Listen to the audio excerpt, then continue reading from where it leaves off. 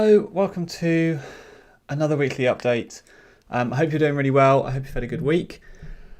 I don't want to start off with another rant, but it looks like I might have to. But that's the way it goes, eh? Last week I ranted a little bit about YouTube and some kind of YouTube problems I've been having with live streaming. And again, like a kind of a problem I've been having with YouTube live streaming this time as well. This time was a kind of funny one, and I don't know really. Like, I don't know where to go with it. So, randomly, I got this error on the live streaming kind of dashboard page. I know this is kind of like no one cares inside baseball stuff, but nothing to do with Teams platform. But it's interesting from like a software perspective, right? So, random error, like something went wrong. Don't really know what the problem is. Generic error. And I looked through the console log as well, and there was something going on, but like there wasn't really enough to debug or like figure out how I could fix it, because I couldn't get to any of the controls to change anything. I couldn't change any of the settings. I just couldn't load the live stream page. So I Googled around a bit, and yeah, other people had the same problem. But what can you do about it? Like, you can't raise it as a support ticket on YouTube because they're not going to listen, right? They're just too big. So luckily, I actually managed to fix it, and it was such a weird fix. I did like a blog post about it and a video, because it's basically I had to make random API calls to fix it by like backing out of some changes I made, which somehow screwed it up in the UI. So I knew there was an API, so I could go and find the API calls. I could figure out what API calls I need to make to kind of delete some stuff and get back to like a default state, and then bing the UI loaded up again. So I don't know. Like, I get YouTube's a big beast. Like, it feels like you shouldn't have to know how to directly make API calls on a system you don't really understand in order to get something to work. Like, when your entire business is making videos and showing videos, then it feels like that should just work. But whatever. It is what it is. Anyway, the reason I brought all of that up is that that's one of my links this week, is this blog post and video I did around fixing this something went wrong error in YouTube. And I'm only telling you because in the next 5 years, if you randomly see this, if you decide to get into YouTube, like live streaming, if you're already there, and you see this something went wrong error, you might remember this video, and I might be able to save you some time. So yeah, a bit of a weird one, but there we go. Let's talk about something else. Let's talk about this. So this is good. This was a surprise. It's only kind of got sorted in the last week or so. But I'm going to be speaking at the virtual Microsoft 365 Saturday series. And actually, the one I'm speaking at is the Ottawa one. Now, I love this. One of the surprise upsides, I guess, around everything that's been going on at the moment and being confined to working and living at home, is that all the good events, all these great events have gone online and doing online things. And that means that actually I can go and attend and present at events I would never have had a chance to do otherwise. And this is one of them. There's no way I would have been able to go to Ottawa in Canada, which is over 3,000 miles away from where I live, just to kind of attend a conference or speak at a conference.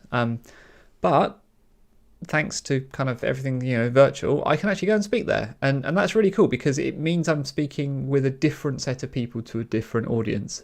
And so that's good for just everybody. Like, it's good for me. I get to talk to a more diverse audience set.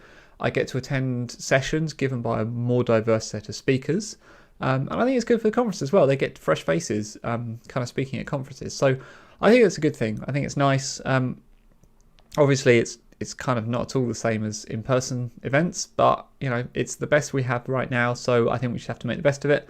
And this is one of those where it's a surprise upside, that I'm going to be talking at M365 Saturday Ottawa, and there's a really good lineup of other speakers, people that I wouldn't normally see at the conferences I tend to go to, just because they tend to be more based in that that side of the world,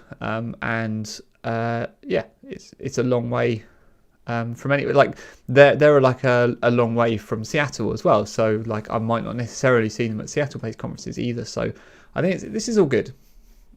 I'm going to be talking about building bots on Microsoft 365, a kind of developer beginner's guide. You don't need to be a developer. It's aimed at people who are coming to building bots on Microsoft 365 for the first time. I think bots are incredibly important, and I'm going to talk about why in that session.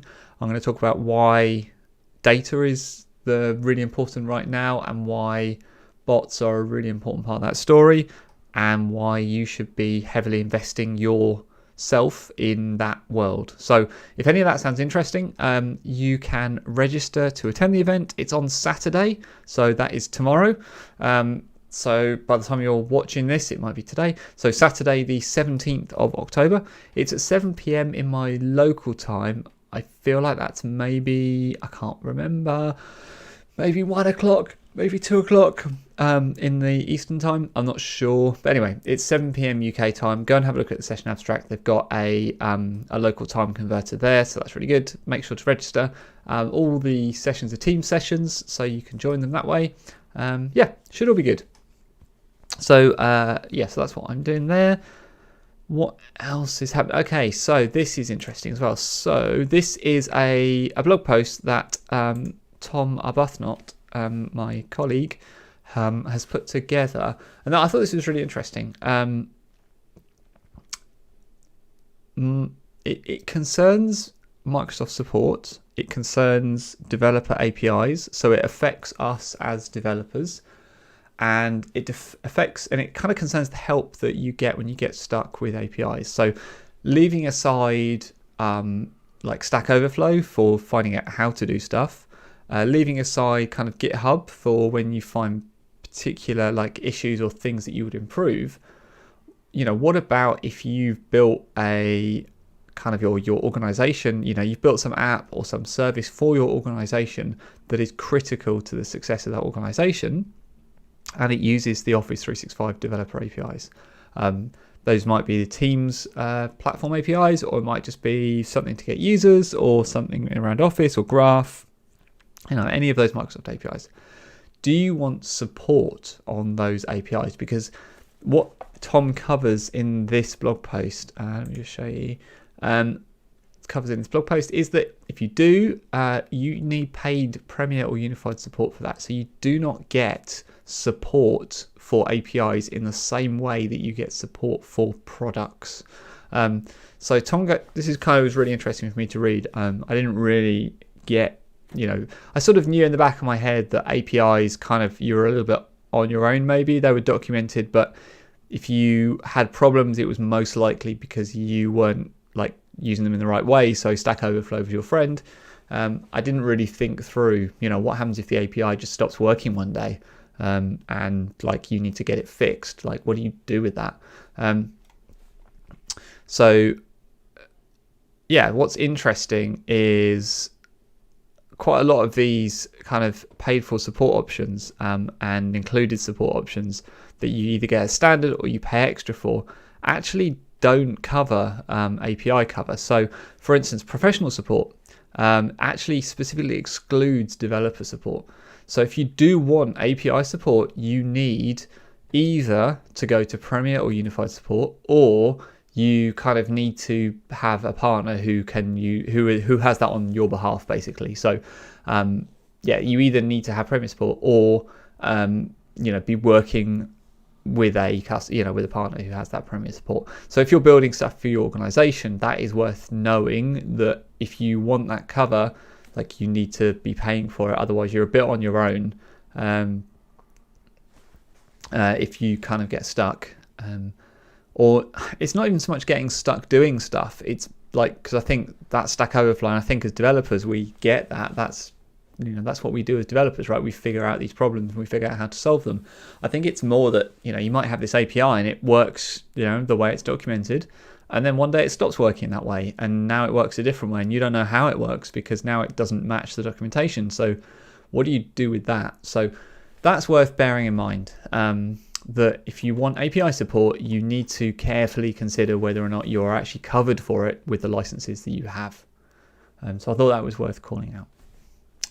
Okay, and the other interesting thing that happened this week, and this is the only other thing I want to talk about this week, is the Microsoft Graph Teams membership API.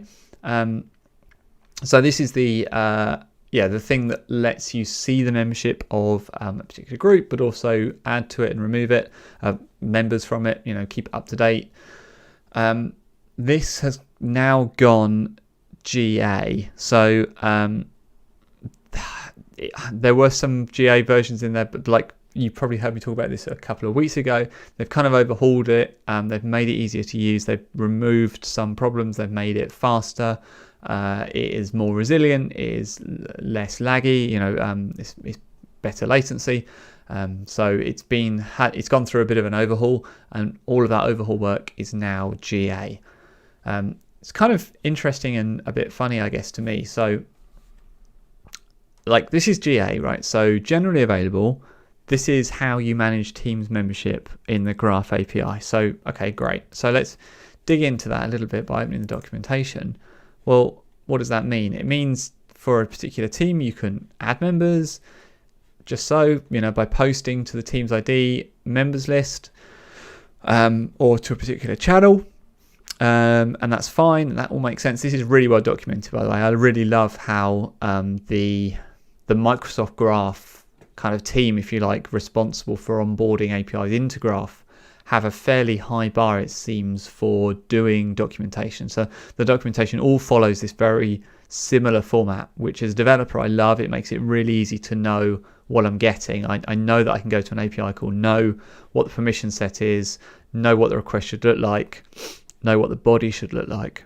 Got some examples as well. So I think that's really good. I did have to kind of chuckle though, because the list members one, so this is the call that you make to kind of get a list of members in a particular team, has this big disclaimer at the top that says this API currently does not support pagination. So if there's too many members to fit in one request, you won't get all the members. Now, like that, I mean, it's not great, is it? I don't know how many too many is. Like, there's no pagination, so I don't know how many, like, is it 100, is it 200, is it 50? There's presumably you're not going to know if you've got all the members or not. So, so this is kind of, like, not great, but I feel like maybe this is a temporary thing that's going to get changed. I don't know. Like, it's interesting. We should go and look at the beta endpoint, actually, and see the same thing.